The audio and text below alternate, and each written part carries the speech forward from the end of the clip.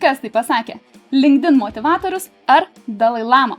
Duokime Vainiui paspėlioti. Nebus teksto emodžio, nežinosi tiksliai. Nežinosim. Didžiausia vidinė ramybė kyla ugdant meilę ir atjautą. Kuo labiau rūpinamės kitų laimę, tuo geriau jaučiamės patys. Sunkus toks, bet gal per mažai dramatiškas kaip LinkedInas, kodėl ne? Dalai Lama, teisingai. Santykiai, kurie mus palaiko, meta mums iššūkius ir primena, kas esame, nusipelno daugiau nei tik laiko, kuris mums lieka. Truputį silpnok, gal LinkedInas? LinkedInas. Įmeto pačioje originalų postą. Atjauta yra proto gebėjimas nuoširdžiai rūpintis.